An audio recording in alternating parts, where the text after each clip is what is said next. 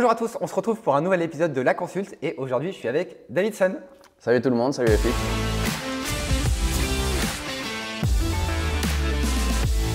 David, je vais te laisser te présenter pour ceux qui ne te connaissent pas. Enchanté, moi c'est Davidson, je viens tout juste d'avoir 30 ans, il y a une semaine d'ailleurs. Okay. Joyeux anniversaire, ça se trouve on est nés le même jour. 5 juillet. Ah non, 21 juin. Ah, pas loin, dommage, un peu de choses près. Et puis toi t'as la quarantaine. Ok, ouais. C'est ça, moi 40, moi, il y a une dizaine d'écarts. Okay. Une dizaine d'écarts. Donc Davidson, je suis médecin généraliste, médecin du sport, ostéopathe et aussi humoriste. Je mesure 1m76 pour 70 kg, je suis AB+, et j'ai le permis de conduire, voilà. Ça fait beaucoup d'infos là. Ouais. Ok, d'accord. Donc c'est vrai que en fait, je t'invite ici parce que tu as un parcours qui est vraiment impressionnant. Déjà, donc en effet, le parcours avec la scène et également avec, tu fais pas mal de salles de sport. C'est pour ça qu'on est dans une salle de sport ouais, tout à fait. Là ici. Déjà, est-ce que tu peux nous raconter un petit peu comment est-ce que ça t'est venu cette idée de coupler déjà la médecine et le sport? Alors, parce que tu es quand même très investi dans le sport. C'est ça. Le moment où je me suis le plus investi dans le sport, c'est après une rupture, comme beaucoup de mecs. Non, grosse rupture, je m'y attendais pas, je me suis pris une tarte dans le visage. Et puis je me suis dit, ça y est, j'ai plus envie d'être un fragile. Et ça commence par le corps, et puis j'ai envie d'avoir du muscle et d'être plus musclé. Et donc je me suis mis au CrossFit. Et donc ça m'a fait énormément de bien. Au début, j'y suis allé un petit peu pour les mauvaises raisons, parce que je me trouvais faible, etc. Et puis je me suis dit, si elle m'a quitté, c'est à cause de mon corps, tu vois. Et en fait, j'y suis resté après pour les bonnes raisons. C'est que avec le sport, tes efforts sont récompensés et tu le vois sur toi. Tu dors mieux, tu es plus fort, tu es plus fit, tu as un plus beau corps, tu es plus athlétique et tu as une meilleure santé en général. Et ensuite, tu te crées un entourage, tu as une communauté. Et dans le CrossFit, la communauté est très grande, très belle, très sympa. Et donc après, c'est comme ça que j'ai gardé le CrossFit depuis 2 ans et que j'en fais alors que je suis très heureux et que tu vois, il n'y a plus de tristesse ou rien. Et ça fait combien d'années que tu fais du CrossFit là? Ça fait 2 ans que je fais du CrossFit là. D'accord. Et donc tu as réussi à allier médecine et CrossFit? C'est ça. Parce qu'il y a tous les bienfaits aussi qu'on peut parler aussi de se vider la tête. Ouais. Alors il y a peut-être des étudiants en médecine qui nous regardent, mais il y a pareil ce côté, on parle beaucoup pendant les études de médecine. Moi je faisais un petit peu de sport aussi pendant les études. Pas aussi intense que le CrossFit, mais à chaque fois, c'est assez complémentaire en fait, pour la tête. Ouais, c'est super important pour tous les étudiants qui nous écoutent et puis même tous ceux qui travaillent dans la santé. C'est que ça permet de se vider la tête. Et puis, on sait déjà que c'est bon pour la santé, mais ça aide vraiment à se vider la tête. Le plus dur, c'est nos horaires. Parce que forcément, il y en a qui travaillent de nuit ou bien il y en a qui ont des grosses journées, qui font du 8h, 20h. Et c'est super dur de trouver la motivation de faire du sport. Et puis, il faut trouver la juste limite entre ne pas faire trop de sport pour dormir 4 heures et ne pas du tout faire du sport alors qu'on a le temps. Donc ça, c'est notre principale difficulté, je trouve, dans les métiers de la santé où surtout les journées sont éreintantes des fois. On enchaîne les consultations horribles et on rentre, on a juste envie de se mettre sur le canapé. Mais dans ces cas-là, le mieux, c'est de faire des formats courts. Et ça marchait bien quand j'étais externe et interne. C'est faire des séances de 15 minutes, soit à la maison, soit juste 3 ou 5 km en courant. Et là, quand on se dit « allez, 15 minutes », plus facilement on le fait quand même, quoi. On se dit on met le truc à chauffer dans le four. Pendant que ça chauffe, je fais mes pompes, mes abdos, mes squats. Et puis au moins, ça compte comme activité. C'était jamais arrivé entre 2 patients de faire quelques pompes Le pire, c'est que je crois que ça m'est arrivé. Pas de patients. Ouais, si. 10 minutes, je vais faire Mais je crois qu'une fois, j'étais dans un cabinet, je remplaçais l'hiver, il n'y avait pas de chauffage, il faisait super froid. Et donc, je faisais des pompes entre les patients. Ça réchauffe. Oui, ça réchauffe. Ok, et après, donc, comment est-ce que tu en es venu au final après à faire de l'humour, à faire de la scène? Oui, là c'est une très bonne question. En fait, c'était à nouveau après la rupture parce que c'était un moment de remise en question. Et je me suis dit, voilà, super, j'ai fait toutes mes études pour faire médecin, je devais être en couple, médecin, tout ça, la vie devait être rangée et heureuse. Et pourtant, je me suis fait larguer, je ne l'ai pas vu venir. Et je me suis dit, qu'est-ce qui pourrait donner un sens à ma vie profondément et qui m'épanouirait grandement? Et du coup, j'ai interrogé tous mes potes et je suis tombé sur une vidéo de développement personnel. Qui disait que pour être heureux, il fallait connaître ton sens de vie, ta mission dans la vie. Et que pour ça, il fallait poser une seule question à tes amis ou à ton entourage, c'est pourquoi on est amis, pourquoi on est ensemble. En fait, ce que les gens te répondent, c'est ta qualité principale et quand on extrapole, c'est ta contribution, ce pourquoi on t'aime. Et moi, quand j'ai demandé ça à tous mes potes, ils m'ont tous dit, David, avec toi, on rigole bien et après, ça va mieux. Et là, je me suis dit, intéressant. Et pile à ce moment-là, j'avais un pote qui se mettait dans le stand-up, Sébastien, on te fait des coucous. Et je me suis dit, je vais tout faire comme lui pour essayer le stand-up. Et ça s'est super bien passé. On m'avait dit, tu verras, la première fois que tu montes sur scène, tu sentiras si c'est fait pour toi. Et vraiment, j'ai pris beaucoup de plaisir. Et à partir de là, j'ai commencé à faire des petites scènes locales, tranquillement. Et puis ça a commencé à s'emballer, et puis il y a des vidéos sur internet qui ont buzzé, et puis me voilà quoi. Parce que concrètement, du coup, tu fais comment? Tu dis, hop, je vais écrire un spectacle, donc tu commences à… Ah oui, alors rédiger un petit peu. Comment se lancer, ça c'est intéressant. Entre le moment, on dit, ça m'intéresse, et puis après, let's oui, go, on y va, ça se passe pas comme ça, ça se passe pas comme ça. Pour ceux qui veulent se lancer dans le stand-up, en fait, on commence par des scènes ouvertes, et, donc il y en a partout en France. Okay. Et c'est des petites scènes où on laisse venir tout le monde de tous les niveaux et même les débutants. Et donc en gros, vous prenez un comedy club qui est proche de chez vous, vous envoyez un message sur Instagram ou bien vous passez sur place, vous dites bonjour, je suis nouveau, j'aimerais bien essayer. Vous commencez à écrire un sketch de 3 ou 5 minutes, pas plus, ça sert à rien de commencer à partir sur une demi-heure, etc. Et surtout vous parlez de quelque chose qui vous tient à cœur, auquel vous vous identifiez. Comme ça vous créez votre personnage, vous trouvez votre personnage sur scène, vous voyez qui vous êtes. Et en fait, on essaye comme ça. Ça se passe bien, des fois ça se passe moins bien, c'est pas grave. Soit on s'arrête là, au moins vous aurez essayé, soit vous voulez en faire plus et puis ça vous plaît, et donc vous faites à nouveau 3 minutes, après c'est un petit peu mieux, après c'est un petit peu plus fluide, après on stresse un peu moins, ensuite 5 minutes, 10 minutes, 15 minutes, une demi-heure, 1 heure. Et après spectacle, tournée, Olympia, et voilà. Aussi simple. Ouais, donc en gros, si moi demain je vais me lancer, je m'inscris, j'envoie un petit mail. Mais moi je peux te donner les contacts à Nancy. Il y a des scènes ouvertes qui t'accueillent, et puis à Nancy, ça se développe, mais il y a des scènes très très sympas. On fait un petit coucou à Cédric du BBC, c'est un petit peu mon repère là où je vais tout le temps. Ça roule. Et puis c'est un bar à bière très sympa dans une cave. Dit comme ça fait peur. Bar à bière dans une cave, ça fait peur comme ça. Mais c'est très sympa, très chaleureux, et tout le monde est super bienveillant. C'est tous les mardis, et puis il y en a plein qui viennent s'essayer. Et puis tu peux venir faire 3 minutes, et puis les gens ils te font un retour. Quand c'est un premier passage, nous on est indulgents quoi. On va pas te jeter des tomates, des trucs comme ça. Et donc si tu as envie de t'essayer, avec plaisir, et puis moi je viendrai voir. Et… Tu lances la pierre. Ouais. Au-dessus de quoi? Au-dessus de 500 likes? Ouais, 500 c'est déjà pas mal, je pense. Ok, si cette vidéo a plus de 500 likes, FX fait un 3 minutes au BBC.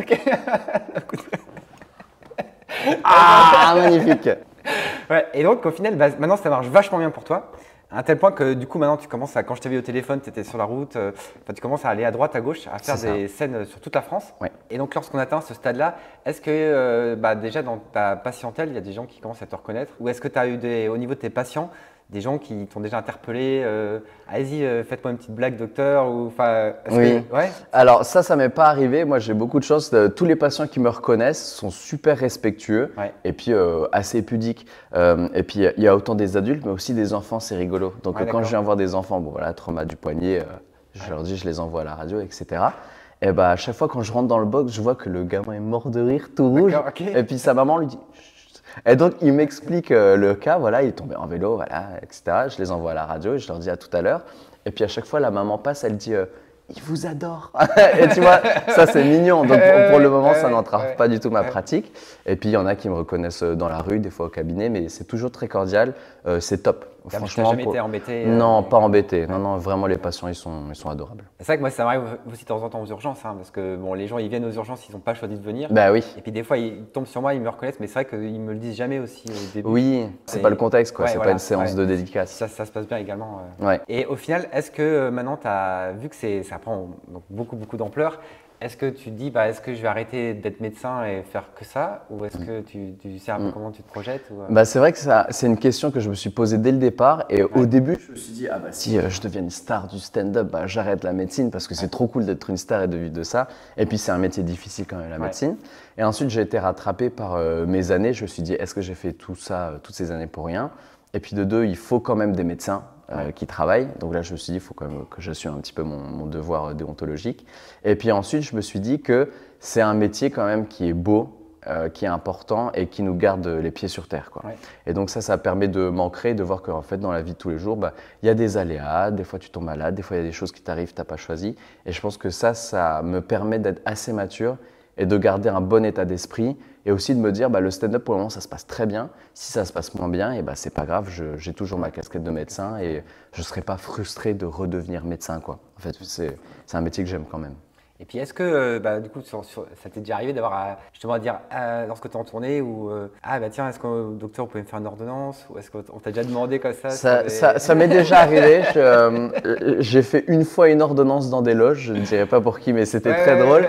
Et puis une fois, c'était drôle parce que en fin de spectacle, je dis aux gens, bah voilà, ça vous a plu, est-ce que vous avez des trucs à redire? Et puis il y avait une fille au fond, elle dit, est-ce que ouais, non, elle m'a dit, vous pouvez me faire un certificat pour le basket pour pas y aller. Du coup, ça m'a trop fait rire, tu vois. Mais c'est vrai que souvent en sortant de scène, les gens me demandent, est-ce que tu es médecin? Je dis oui, ils font avant parce que j'ai trop mal ici, tu vois. Et ils demandent une petite consulte comme ça, quoi. Mais j'en ai un texto. Il était premier degré, quoi. J'attendais, on faisait les photos avec tout le monde, et puis il m'a dit, vous êtes vraiment médecin? Bah, j'ai mal là. En fait, ça fait 4-5 semaines, et il a commencé à me faire une consulte. J'ai dit, un peu difficile, quoi. Non, mais c'est vrai que c'est. Et ça aussi, notamment sur les réseaux sociaux, tu dois avoir peut-être comme moi aussi, parce que moi, j'ai pas mal de messages de gens qui font des consultations médicales ou qui demandent des avis, en tout cas.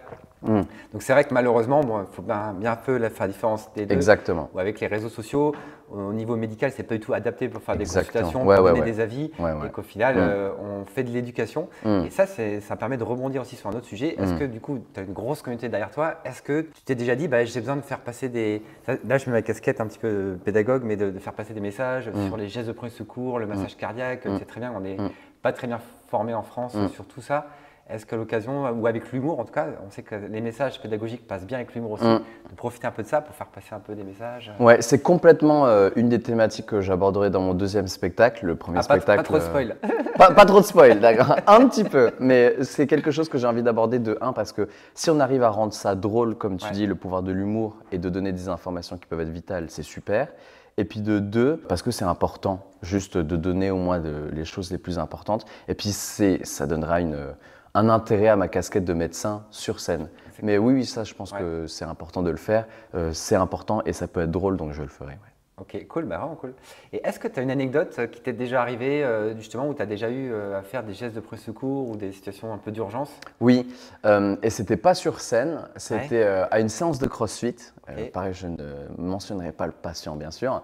Et en fait, c'était un pote. Il était sur la barre à attraction et il devait faire un muscle-up. Donc, c'est quand tu te hisses au-dessus de la barre. Un truc que je ferai jamais de ma vie. Alors, démonstration. Et en fait, il transpirait. Et du coup, ses mains, elles étaient glissantes. Et quand il s'est lancé, les mains ont glissé et il est tombé. Donc, il a fait une chute de 2 mètres en hyperflexion sur la nuque en premier. Et donc, il a été un tout petit peu à un moment inconscient. Et quand j'ai vu ça, je me suis dit, oh la vache, qu'est-ce qui se passe? Donc, je suis allé le voir. Et puis j'ai essayé de le réveiller et il ne se réveillait pas tout de suite. Et je me suis dit, oh, ça c'est pas bon. En fait, il s'était pris un KO, il s'est réveillé assez rapidement et puis conscience normale, il est revenu à un Glasgow 15, tout ça assez rapidement. Mais j'ai appelé le 15 quand même sur le coup parce que vu que pendant un moment il était quand même inconscient, je me suis dit, faut rien louper. Et puis gros trauma cervical. Et ce qui est drôle, c'est qu'en fait, il n'a rien eu de grave. Mais que dans sa chute, en fait, vu qu'il est tombé à la renverse, le seul truc qui s'est cassé, c'est le gros orteil. Ça veut dire moi je pensais qu'il s'était pété le cou, qu'il allait être tétraplégique et en fait il avait une fracture de luxe. Donc ça c'était drôle, c'était la petite anecdote. Il s'était quand même fait mal quoi. Il s'était fait mal mais bon voilà. Et donc David, est-ce que tu pourrais nous parler aussi un petit peu de ton aspect de docteur et ton stand-up? Comment tu fais pour allier les deux? Alors effectivement moi je suis du coup là j'exerce essentiellement en tant que médecin généraliste et à mi-temps. Pour me laisser le temps de faire toutes mes tournées. Et puis, je travaille dans une structure qui est quand même super flexible, donc qui arrive à s'adapter à mon emploi du temps. Donc, pour ça, ils sont super cool. Et tout le reste, c'est du stand-up. Donc, c'est tourné. Je suis tout le temps dans les trains, les hôtels, les Airbnb. Et donc, c'est une petite gymnastique. Je dors quand même moins. C'est un peu difficile. Mais en fait, il y a du plaisir à prendre dans les deux. Et puis, je fais les deux métiers avec plaisir. Mais c'est vrai que c'est une gym. C'est une petite gymnastique quand même. Et donc là, tu as des dates prochainement peut-être? S'il y a des gens qui veulent venir te voir, où est-ce que tu pourrais nous filer un petit peu des Alors, vous pouvez retrouver toutes les actualités sur Instagram. Donc ça, c'est Davidson Stand-Up. On va mettre les liens en dessous en description. C'est parfait. Là, il y a une petite pause estivale. Normal. Il faut un petit peu de repos. Voilà. Enfin, pause estivale, du coup, je vais faire des remplacements. Et puis, je reprends à partir de septembre. Donc, septembre, c'est la rentrée. Et ce qui est bien, c'est que septembre, il y a une grosse rentrée pour moi parce qu'il y aura beaucoup de dates à Paris et à Lyon. Et je lance la tournée partout en France. Et puis, sur ceux qui me suivent et qui sont dans l'Est, Je passerai à Nancy le 14 et le 15 novembre et à Metz le 27 novembre. Mais si vous voulez toutes les dates et partout en France, et bah, tout est sur notre Instagram. Ok, bah, je pense que je viendrai te voir. Quoi. Bah oui, ah bah oui, bah, si tu veux venir à Nancy, bah tu me diras. Ouais. Il y a 2 dates, 14 ou 15 novembre, tu me diras. Ok. Je t'invite. Ça roule, bah, merci David. C'est la maison qui offre. C'est cool. Bon bah voilà, j'espère vraiment que cette vidéo vous a plu. Et puis comme d'habitude, si vous avez des questions, des commentaires, n'hésitez pas, je mets tous les liens en dessous en description. Et puis pensez à mettre le petit pouce bien sûr pour nous soutenir. Et pour le stand-up, suivez et mettez le pouce, d'accord? C'était pas prévu du tout. Ah bah oui, spectacle vivant. Ouais, bah merci. Et puis bon bah écoute, je te dis à la prochaine et prenez soin de vous. Avec plaisir. Salut. Ciao.